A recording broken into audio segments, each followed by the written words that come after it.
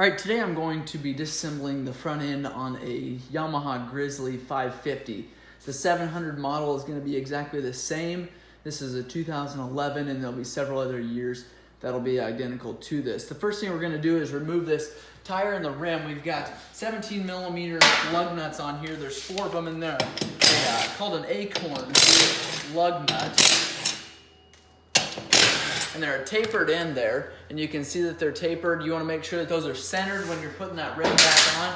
So I like to snug one up, and then we'll go to the next one, snug the other one up, and just kind of center all of those. The next thing you're going to want to do is pull the brake caliper, and if you are just removing the axle to replace a CV boot, replace a joint, or if you're just replacing, say, maybe a ball joint or a tie rod end, you don't actually have to pull this middle bolt here. This is a 12 millimeter banjo bolt, and you don't actually have to pull that bolt and drain all the fluid out. So if you're doing, the only reason you need to pull that bolt is if you're replacing the caliper. Even replacing the shoes or the pads on this caliper, which I'll show you how to do that, you don't still need to remove this banjo bolt. What you will need to do if you're replacing these brake shoes, you'll want to go up to the right hand side on your master cylinder where your lever is, and you want to pull that top cap off. 2 Phillips screws, you want to pull that top cap off, and that's going to allow you to push the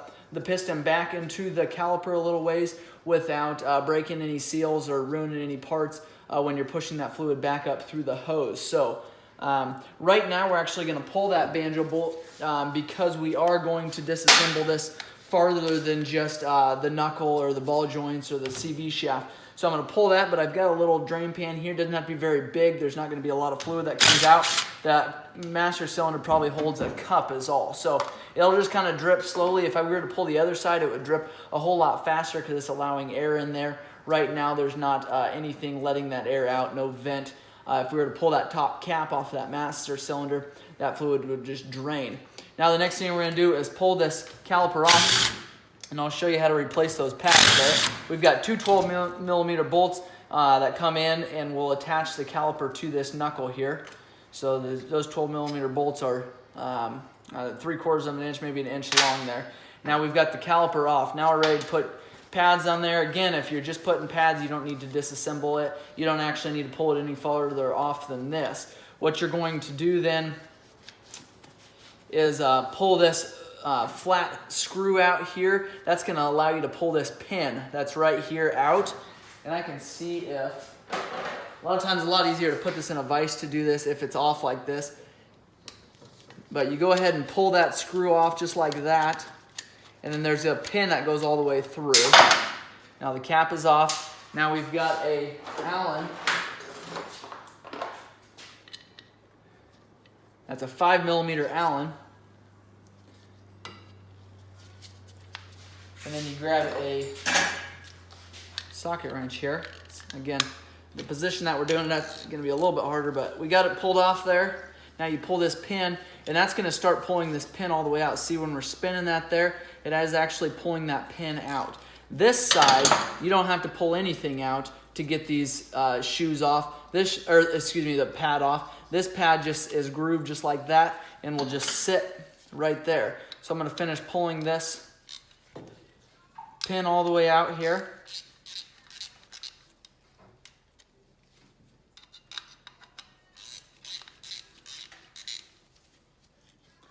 Now once you get it threaded out about 3/8 of an inch, there's no more threads on there. You can just pull it out. Now we've got your pad off just like that. And then this inside one there just kind of sits in that groove just like that. Now, more than likely, if you're putting new pads in, you're going to have to push that piston back a little ways. And so while you have the old pads in, what I like to do with the top cap off, you can leave this pin in there still. With that top cap off your master cylinder, you can take a screwdriver, and as long as it's clean in behind there, you want to make sure that that's clean of any kind of debris. You take and you push this out, and you just push it out slightly. That's pushing that piston back into here, and then that allows you to allows more room in there, because when you put your new pads in there, the actual pads of the brake pads are going to be thicker, and you need it to slide onto your disc. So going back together then, just make sure everything is in the grooves like they should be. and there's a kind of a spring loaded, this deal in here works as a spring, so that will be working against you when you're pushing everything back together. Now we slid that back one in there. Now we've got the outside one, this one here, just make sure it's in that groove there. And then take and slide that pan all the way in. And take and just tap it in the rest of the way. It's getting caught there. That spring is was pushing that pan up. So now we've got it in. Now we're going to take our wrench there. Oh, I'm an idiot. It's going in there backwards.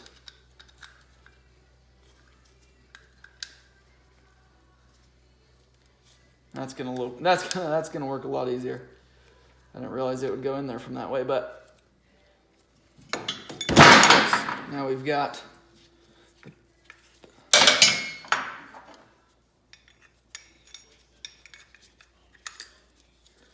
pads in like they should. Now we're going to take and start screwing this Allen back in there.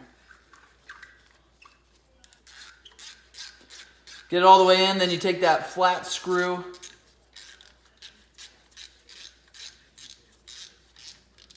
Take that flat screw that acts as a cap, put it on there, tighten it back up. Now to bleed your brakes, I'll do a separate video on that.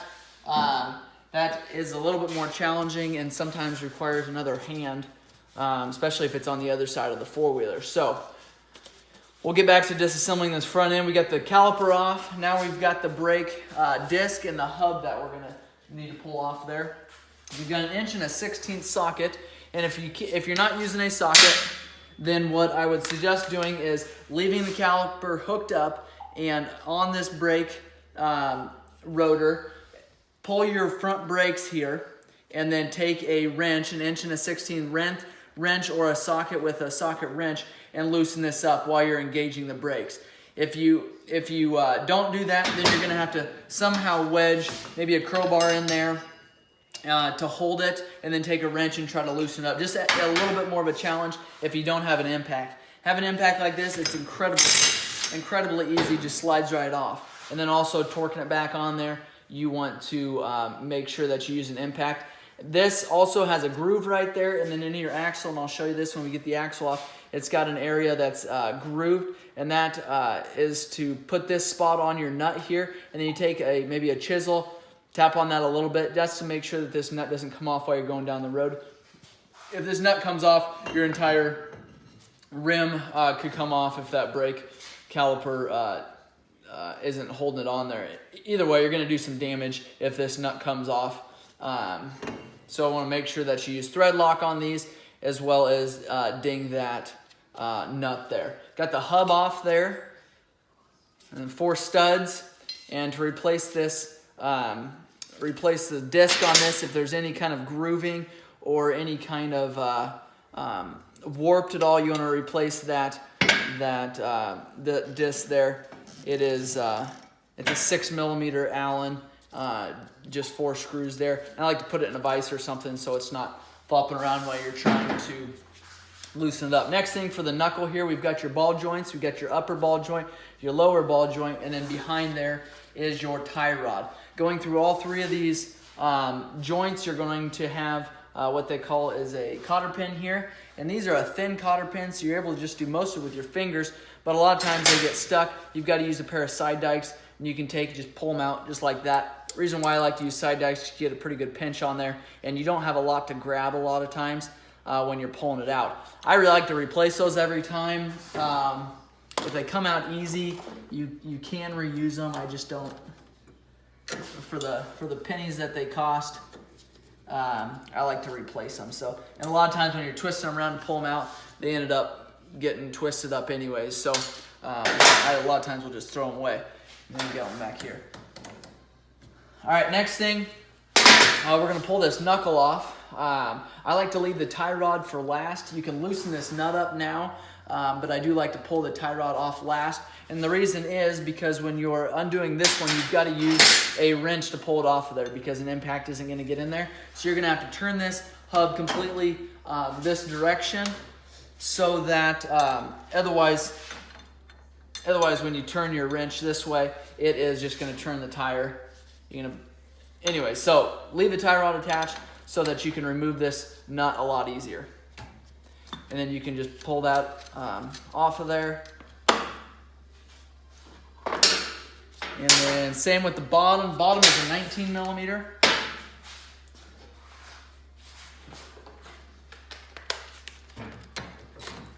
I like to use impacts when possible. It just kind of speeds the process up. Now, let me show you a little trick to get these knuckles apart if they're not coming apart easily. I'm gonna pull this tie rod off now.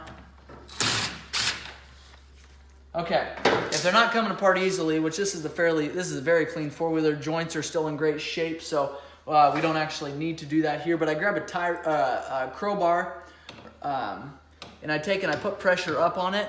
Next thing I do is take a hammer, and I'll tap on this. And it doesn't take much, a little bit of pressure up, a little bit of tapping on there, and those joints will a lot of times break free. The reason why they stick is because they are tapered. As you can see here, they're tapered and fit right down inside here so that they don't, so when you're tightening this nut on the bottom here, it actually tightens that joint together. Do the same thing with the tie rod, a little bit of, that's just gonna slide right off. A little bit of pressure, lift that right up. Same thing on the bottom. I don't like using a pickle fork because a lot of times when you use a pickle fork, it damages those ball joint boots. And if they weren't damaged before you're taking it apart, they will be damaged after you use a pickle fork. So I like to use the crowbar here, and it just makes it a lot easier. You aren't damaging any parts there when you're doing that. Now to remove the axle, if we're replacing a CV boot, check that video out on my YouTube channel. See how to replace a boot and a joint. But you take and you just slide this out perfectly straight. I like to keep it as straight as possible. I like to push that all the way in, the axle all the way in, and then pull it out. All the way in, pull it out again. A lot of times it takes 3 or 4 times to do it, and it'll just slide right out. What it's doing, the reason why it takes 3 or 4 times, you're centering this snap ring here. So as soon as it's centered, you're able just to pull it out past there. Going back together, same thing. I like to take it, put it in there just with my hand until you feel like you know that you're right, lined up with the splines, and then I take it and I just tap on the end of it, and it'll slide right into that differential. Pull it out. Just slides out just like that. So again, check my other videos to replace those boots on there. They're fairly simple, but I wanted to show you how to do that. Take our brake line off here. We're still dripping a little bit, so just watch out where that brake fluid is going. You can clean that up right away. Ball joints, replacing the ball joints on there. You can see on this bottom one, the top one's the same way on the A-arm here, but you got a snap ring in the bottom. You just take a pair of pliers. Obviously, if you're replacing ball joints, these are bad, so you can just take a hammer, tap on the end of it. Doesn't matter if you screw those threads up because you're replacing it anyways. And then you take that next one, slide it in from the top going down, and then just carefully tap on the top there. Do the same thing on this one. The snap ring's down below here, then tap up. I like to take the A-arms off to do that because, as you can see, when you're tapping it up, you're pushing the entire A-arm up and down. It just makes it a little bit more of a challenge. Now to get the lower A-arm off and the upper A-arm, you've got 19 millimeter nuts and then 12 millimeter bolts on the top and bottom on all 4 of them. So you will have to use 2 wrenches to remove those, and then you can just take a little crowbar here and pry bar and pry those out of there if you need to, but a lot of times you can just take your hands and kind of tap on them like that. Same thing with these, with the shocks. You've got the lower bolt, the upper bolt. These got 14 millimeter bolts running through them, but they're 17 millimeter nuts. So